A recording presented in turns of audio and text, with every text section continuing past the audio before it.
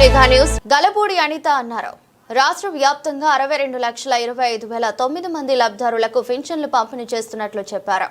పెన్షన్ల పంపిణీ అనంతరం రామలింగేశ్వర నగర్ పరిధిలో 1,40,00,000 వ్యయంతో నిర్మించనున్న రిటైనింగ్ వాల్ పనులకు ఆమె శంకుస్థాపన చేశారు.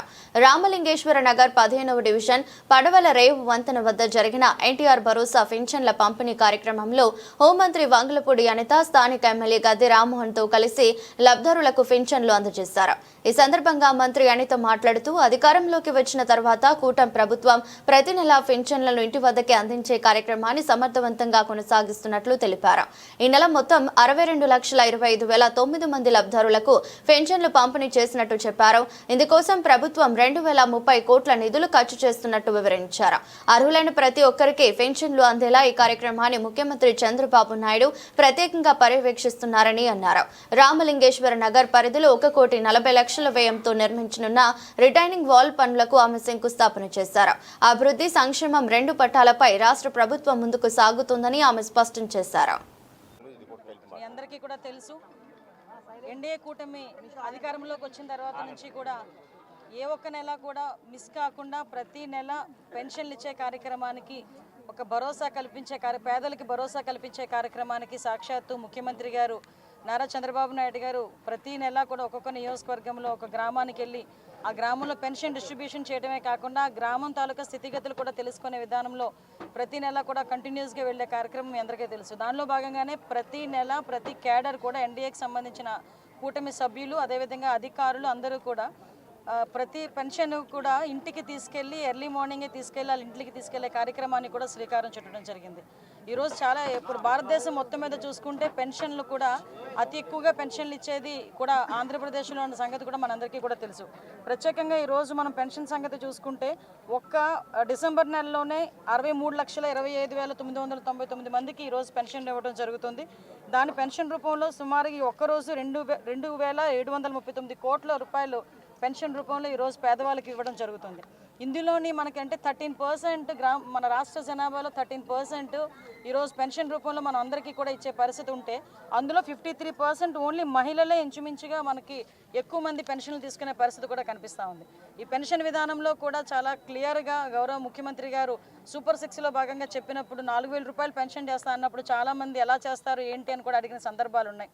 దాన్ని కూడా చేసి చూపిస్తానన్నట్టుగా ఎలక్షన్ గెలిచిన తర్వాత ఇచ్చే కాకుండా ఒక నెల ముందుగానే దాన్ని అనౌన్స్ చేసి మేము ఎన్డీఏ కూటమి వచ్చిన తర్వాత 2 నెలలది కలిపించిన సందర్భం కూడా మీ అందరికీ కూడా గుర్తు చేయాలి. ఎందుకంటే ఈరోజు ఒక అభివృద్ధికి ఎంత పెద్ద పీట వేస్తున్నామో సంక్షేమానికి కూడా అంతే పెద్ద పీట వేస్తూ ఈరోజు రాష్ట్ర అభివృద్ధి పదంలో ముందుకెళ్లే కార్యక్రమంలోని ఒక పక్కన పనిచేస్తూనే సంక్షేమానికి కూడా అంతే పెద్ద పీట వేస్తూ ప్రతి ఒక్కరు పేదల్లోని కూడా పేదల కళ్ళల్లో ఆనందం చూడాలనే ఉద్దేశంతో ఈరోజు గౌరవ ముఖ్యమంత్రి గారు చేస్తున్న ప్రతి పనికి కూడా ఎన్డీఏ కూటమి సభ్యులుగా మేమందరం హోమ్ మినిస్టర్ గారు అనిత గారికి మనస్ఫూర్తిగా కృతజ్ఞతలు తెలియజేస్తూ ఇది మా కార్యకర్తలందరూ కూడా ఒక మోటివేషన్.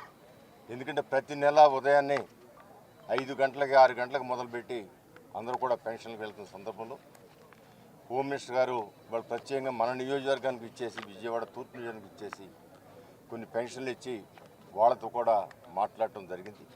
అందువల్ల ఇది ఒక మాకు మోటివేషన్. దాంతోపాటు కృష్ణానదికి రిటైనింగ్ వాల్ నిర్మించిన నారా చంద్రబాబు నాయుడు గారి మనస్ఫూర్తిగా కృతజ్ఞతలు తెలియజేస్తూ దానితో పాటు ఇక్కడ ఈ ప్రాంతంలో ప్రత్యేకంగా గతంలో మున్సిపల్ కార్పొరేషన్ వాళ్ళు ఒక 400 మీటర్లు వాళ్ళ అవసరాల కోసం గోడ నిర్మించడం జరిగింది. ఆ గోడ కూడా 7, 8, 9 లక్షల వరకు కూడా ఆ గోడ స్టాండ్ అవుతుంది, నీళ్లు లోనికి రాకుండా.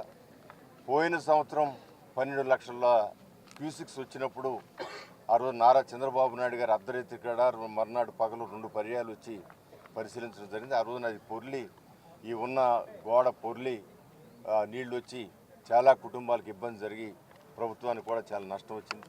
అందువల్ల దాన్ని కూడా పూర్తి చేయడానికి నారా చంద్రబాబు నాయుడు గారి ఆదేశాల మేరకు కార్పొరేషన్ వారు 1,60,00,000 రూపాయలు వెచ్చించి దాన్ని కూడా నిర్మాణం చేస్తే ఇక ఇప్పుడు కూడా మనం చూసాం ఈ సంవత్సర కాలం 6 నెలల పాటు వరద వచ్చింది. గతంలో నాకున్న 20-25 సంవత్సరాల విజయవాడ అనుబంధంతో ఎప్పుడైనా ఒకసారి వరద వచ్చి 4 రోజులు 5 రోజులు ఇబ్బంది పెట్టి వెళ్ళిపోయేది. ఆ 4 రోజులు ఇబ్బంది పడేవాళ్ళం, రీహాబిలిటేషన్ సెంటర్లు తీసుకెళ్లేవాళ్ళం, తర్వాత మరలా వచ్చి నిర్మాణం చేసుకునేవాళ్ళం. కానీ ఈసారి 5 నుంచి 6 నెలల పాటు కంటిన్యూస్గా వరద ఉంది. ఈ వరద నుంచి